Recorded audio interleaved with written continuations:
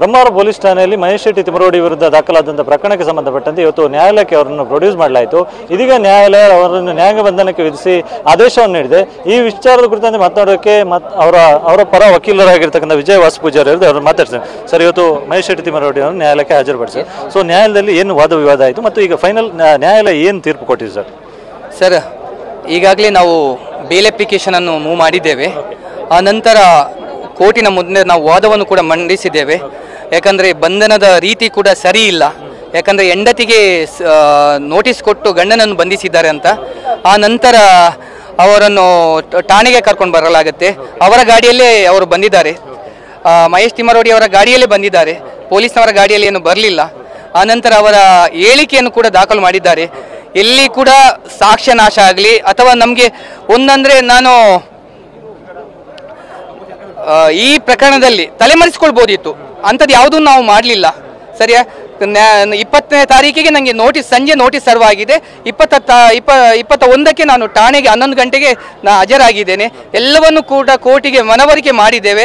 ಆದರೆ ಅಭಿಯೋಜನೆಯವರ ಆಕ್ಷೇಪಣೆಯ ಅವಶ್ಯಕತೆ ಇರುವುದರಿಂದ ಮತ್ತು ಈಗ ಸಂಜೆ ಆಲ್ರೆಡಿ ಕೋರ್ಟಿನ ಕಲಾಪ ಮುಗಿತಾ ಇರುವುದರಿಂದ ಅದನ್ನು ನಾಳೆ ಅಲ್ಲ ನಾಡ್ದಿಗೆ ಈ ಪ್ರಕರಣವನ್ನು ಇಟ್ಟಿದ್ದಾರೆ. ಸರ್, ಜಾಮೀನು ಸಿಗುವ ನಿರೀಕ್ಷೆ ಇದೆಯಾ? ಸರ್ 100ಕ್ಕೆ 100 ನಾನು ಆಲ್ರೆಡಿ ನ್ಯಾಯಾಲಯವನ್ನು ಕನ್ವಿನ್ಸ್ ಮಾಡಿದ್ದೇನೆ. ಪನಿಷ್ಮೆಂಟ್ ಕೂಡ ಅಪ್ ಟು 3 years ಮಾತ್ರ ಇದೆ. ಮತ್ತು ಒಂದು ಬೇಲೇಬಲ್ ಇದೆ, ಅದು ಪನಿಷ್ಮೆಂಟ್ 2 years ಇದೆ.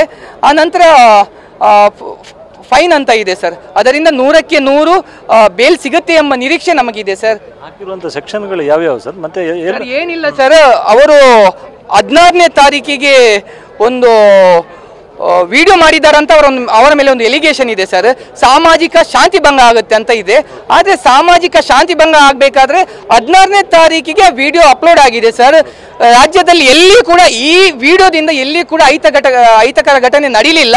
ಅದರಿಂದ ಅಂತ ಯಾವುದೇ ಮತ್ತೆ ಇಲ್ಲಿ ದೂರುದಾರರಿಗೆ ಆ ಅಧಿಕಾರನೇ ಇಲ್ಲ ಸರ್. ಅಲ್ಲಿ ಅವರು BL ಸಂತೋಷರವರ ವಿರುದ್ಧ ಮಾತಾಡಿದ್ದಾರೆ ಅಂತ ಇದೆ. ಆದರೆ ಇಲ್ಲಿ ದೂರುದಾರರು BL ಸಂತೋಷ್ ಅಲ್ಲ. ಮತ್ತು ಇದೆಲ್ಲವನ್ನು ನಾವು ನ್ಯಾಯಾಲಯಕ್ಕೆ ಮುಂದಿನ ದಿನದಲ್ಲಿ ಅಂದರೆ 23ನೇ ತಾರೀಕು ನಾವು ನ್ಯಾಯಾಲಯವನ್ನು ಕನ್ವಿನ್ಸ್ ಮಾಡಲಿಕ್ಕೆ ಇದ್ದೇವೆ. 100ಕ್ಕೆ 100 ಬೇಲ್ ಸಿಗುತ್ತೆ, ಅದರಲ್ಲಿ ಅನುಮಾನ ಬೇಡ ಸರ್. ನಮ್ಮ ಪ್ರಾಮಾಣಿಕ ಪ್ರಯತ್ನ ನಾವು ಮಾಡ್ತೇವೆ. ಈಗಾಗಲೇ ಹೇಳಿದ್ರೆ ಬಂಧನ ಮಾಡಿದ ರೀತಿ ಸರಿ ಇರಲಿಲ್ಲ. ಸೊ ಮುಂದೆ ಹೇಗೆ ಇದರ ವಿರುದ್ಧ ಕಾನೂನು ಹೋರಾಟ ಏನು ಮಾಡ್ತಾರೆ? ಖಂಡಿತ ಒಬ್ಬ ಹಿಂದೂ ಧರ್ಮದ ಹೋರಾಟಗಾರರ ಬಂಧನದ ರೀತಿ ಸರಿ ಇಲ್ಲ ಅಂತ ನನಗೆ ಅನಿಸಿದೆ. ಮತ್ತೆ ಅವರನ್ನು ಮೆಡಿಕಲ್ಗೆ ಕರ್ಕೊಂಡು ಹೋದಂಥ ಸಂದರ್ಭ ಕೂಡ ವೈದ್ಯರು ಕ್ಲಿಯರ್ ಆಗಿ ಹೇಳಿದ್ದಾರೆ, IBP ಇದೆ.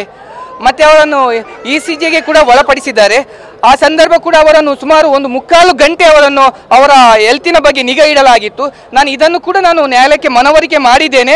ಆ ಸಂದರ್ಭ ನ್ಯಾಯಾಲಯ ಕೂಡ ಕ್ಲಿಯರ್ ಆಗಿ ಹೇಳಿದೆ, ಒಂದು ವೇಳೆ ಅವರಿಗೆ ತುರ್ತು ಚಿಕಿತ್ಸೆ ಅವಶ್ಯಕತೆ ಇದ್ದರೆ ಅದನ್ನು ಜೈಲಾಧಿಕಾರಿಗಳು ಮಾಡಬೇಕು ಅಂತಲೇ ಕ್ಲಿಯರ್ ಆಗಿ ನಿರ್ದೇಶನವನ್ನು ಕೂಡ ಮಾನ್ಯ ನ್ಯಾಯಾಲಯ ನೀಡಿದೆ ಸರ್. Thank you sir.